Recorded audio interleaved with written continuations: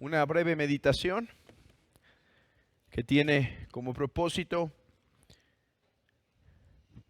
alentar nuestros corazones, dirigirlos para seguir adorando al Señor con todo nuestro corazón. Hermanos, hay dos cosas a las que quisiera llamar su atención respecto a este salmo. En primer lugar, están en una parte de los salmos en donde la temática de estos hace justicia a el salterio. ¿A qué voy? El libro de los Salmos o el salterio es la compilación guiada por el Espíritu Santo de las diferentes alabanzas del pueblo de Dios. Y el nombre salterio trae a la mente, o traía a la mente hebrea, y debe traerlo a la nuestra, el concepto de alabanza, de júbilo, de alegría, de desbordar de adoración a Dios. Eso es lo que la palabra salterio transmite. Un salmo es un canto de alabanza. No obstante, lo que uno encuentra en los salmos o en gran parte de los salmos es penas. ¿Por qué se amotinan las naciones y los pueblos piensan cosas vanas? O el Salmo 3. Oh Jehová, muchos son mis enemigos, muchos son los que se levantan contra mí. Y dice, no hay temor de Dios en él. O el Salmo 11. ¿Por qué decís a mi alma que escape al monte Cualabe? O el Salmo 18, que dice, habla del abandono y me escarnecieron. Y cuando me vieron más bajo fue cuando hicieron más humillación de mí. O el Salmo 22. Y hermanos, así podríamos seguir. Y uno pregunta entonces, ¿por qué el salterio se llama salterio si gran porcentaje de lo que tenemos dentro es tristeza, dolor, angustia? Mis hermanos, es que debemos entender que no solo la inspiración divina transmite un mensaje con el contenido de cada salmo, sino que en la guianza del Espíritu Santo los salmos fueron organizados de cierta manera que siguieran esta estructura. ¿Cuál? De lamento a regocijo. Miren, déjenme explicarlo así. En el orden hebreo del Antiguo Testamento, nuestro Nuevo Testamento sigue un orden, el de la Reina Valera sigue el orden más de la Vulgata Latina, pero el orden de que los hebreos tenían en las Escrituras no terminaba con Malaquías. ¿Saben con qué terminaba la Biblia en la Biblia hebrea? Con Crónicas. Y hermanos, creo que incluso en esa estructura hay un mensaje. Porque vean, un gran rey ocupó el trono. En Primero de Reyes, Salomón se está estableciendo, está construyendo el templo, está levantando su casa gloriosa. Y después van a venir otros reyes tras de él, unos no tan buenos, unos buenos y demás. Pero ¿cómo acaba Crónicas? Sin rey en el trono.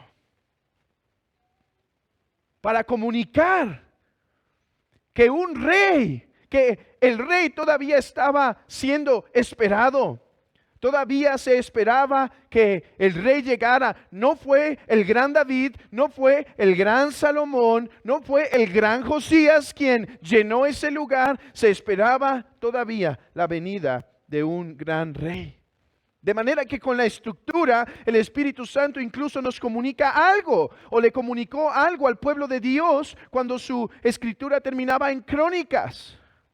De la misma manera, los salmos están organizados, no aleatoriamente, hermanos. No es una antología aleatoria. Los salmos fueron editados en su orden por la guía del Espíritu Santo. Quien quiera que fue el autor humano, algunos creen que fue Esdras, hay diferentes opiniones. Cualquiera que fue el autor humano, hubo una estructura en ello.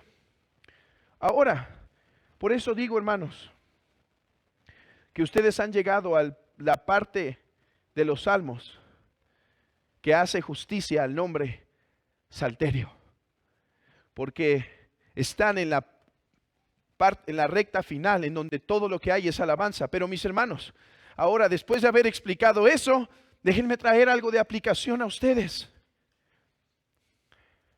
Y algo de aplicación a nuestras vidas, a la luz de este orden, para que su alma no se canse, para que su fe no mengüe, para que su ánimo prevalezca.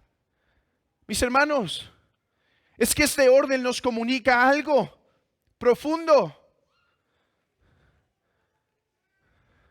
Después del llanto viene la alabanza.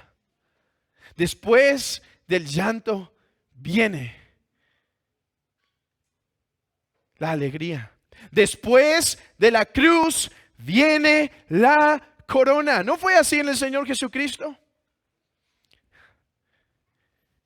Dice el apóstol Pedro que primero se profetizaron los sufrimientos de Cristo y las glorias que vendrían después de esos sufrimientos.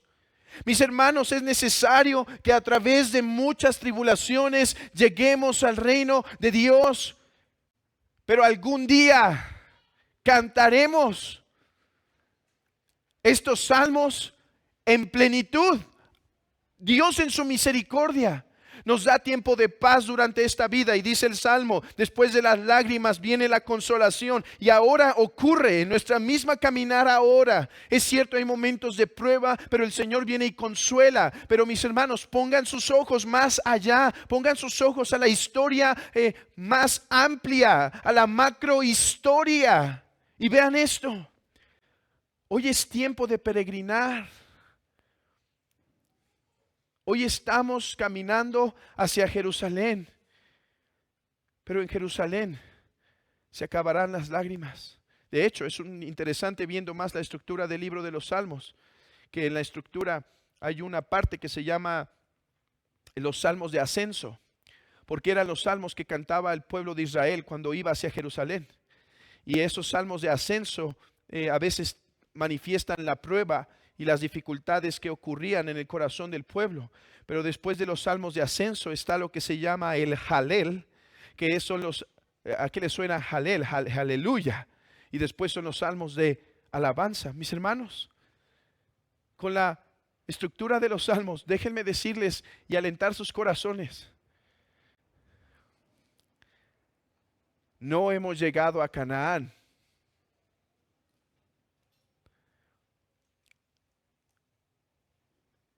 Estamos en el periodo de sufrir. Estamos en el periodo de padecer. Estamos en el periodo de ver dificultades en nuestras vidas, de ver dificultades en la iglesia, de ver dificultades en nuestra salud, de ver dificultades en este mundo, hermanos. Hermanos, pero no hemos llegado a casa. Algún día nuestro canto será esta última parte de los salmos solamente. Y lo demás será solo para recordar la victoria que Dios nos dio. Pero esto va a cesar. Alcen sus ojos, mis hermanos, porque Cristo dijo que fue a preparar morada para nosotros y que si se iba, vendría otra vez y nos tomaría a nosotros mismos para que donde Él está, nosotros también estemos. Hermano, no has llegado a casa. Pero en segundo lugar, déjenme pasar de la estructura al contenido. De la estructura al contenido. Y en pocas palabras, ¿cuál es el contenido de este salmo? Salmo 148. Yo diría que es un salmo de alabanza creacional. Déjenme explicar mis palabras. Porque es poco sabio decir palabras confusas y avanzar. Así que, ¿qué quiero decir? Porque es un salmo de alabanza creacional. Comencemos por la última parte, creacional. ¿Qué es creacional? ¿Qué quiero decir por esto? Bueno, uno ve en el libro de los Salmos varios salmos que tienen como enfoque la creación. Por ejemplo, uno es el Salmo 8, cuando miro los cielos, obra de tus manos, la luna y las estrellas que tú formaste, digo, ¿qué es el hombre para que te acuerdes de él? Y el hijo del hombre para que le visites. O el Salmo 119, los cielos cuentan la gloria de Dios y el firmamento anuncia la obra de sus manos. Y así otros salmos tienen como tema la creación. Nuestro salmo, el Salmo 148, tiene como tema la creación. Y es muy evidente. Empieza hablando de incluso seres inconscientes, de cómo todos se conjugan en algo, de cómo todos se unen en algo. Por ejemplo, se habla de los ángeles, se habla del sol, se habla de la luna, se habla de los cielos, etc. Ahora, los salmos creacionales, los salmos que tienen como tema la creación, tienen diferentes propósitos. Por ejemplo, el Salmo 8 es un recuento de la creación con Adán y del privilegio que se le dio a Adán. Nuestro Salmo 148 es muy claro en cuanto a su propósito. ¿Cuál es su propósito? Testificar que todo esto alaba a Jehová o alabará a Jehová. Y es el propósito. Vosotros sus ángeles alabadle. Vosotros sol y luna alabadle, cielos de los cielos y las aguas que están sobre los cielos, alaben el nombre de Jehová, porque Él mandó y fueron creados. Y entonces demanda y exige que todas las cosas, debido a que provienen del ser divino, de Dios mismo, deben ofrecerle alabanza. Ahora,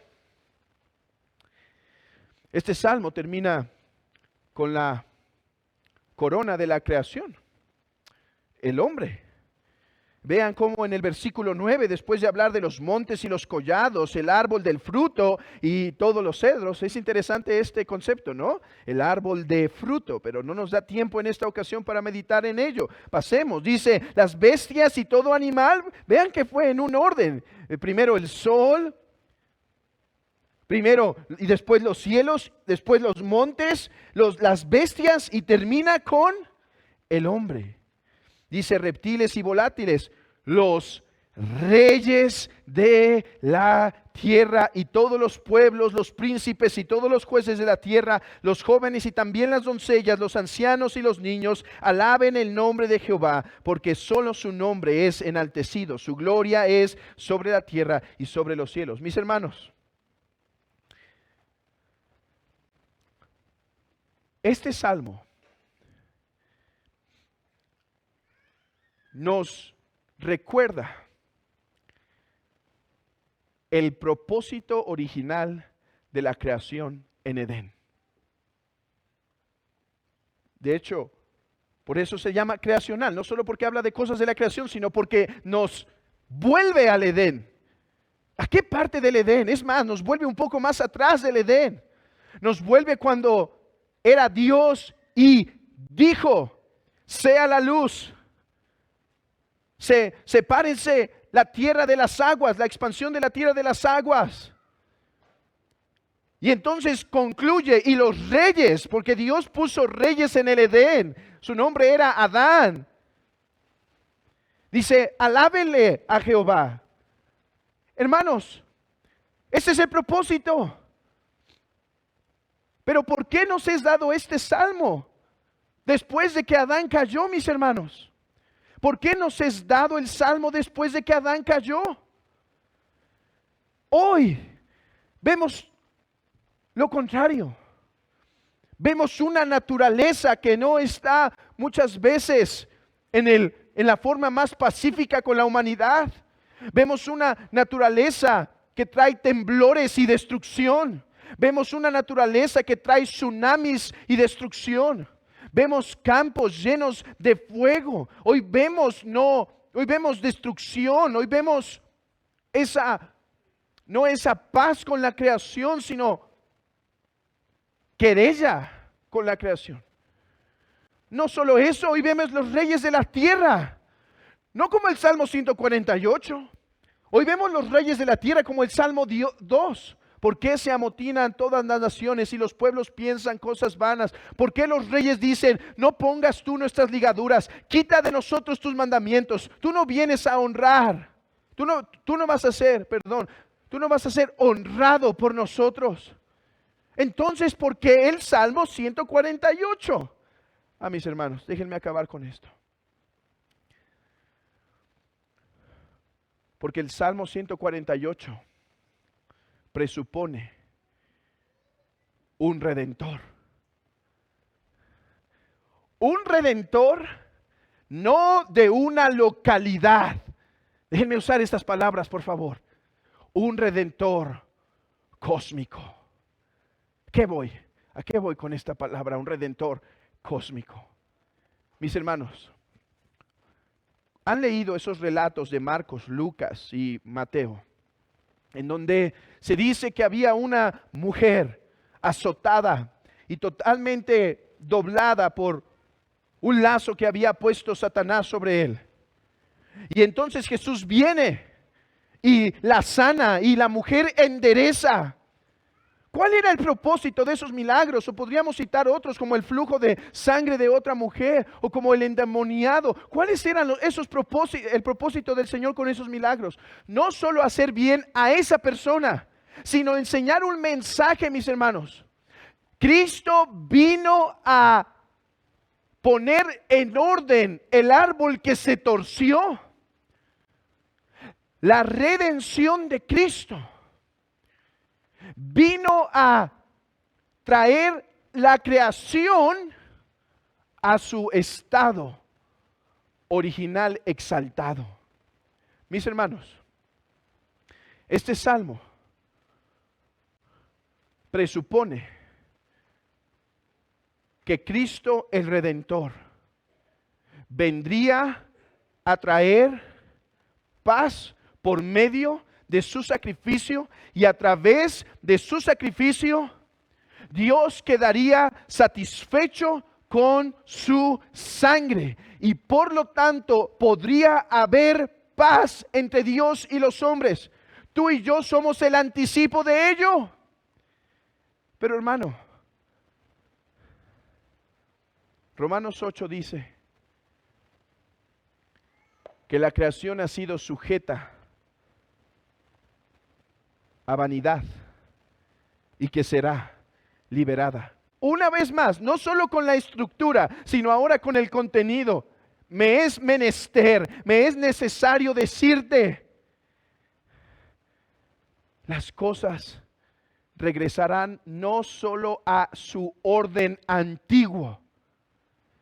Hermano, las cosas regresarán a su orden antiguo y a su fin establecido. Adorar al Señor.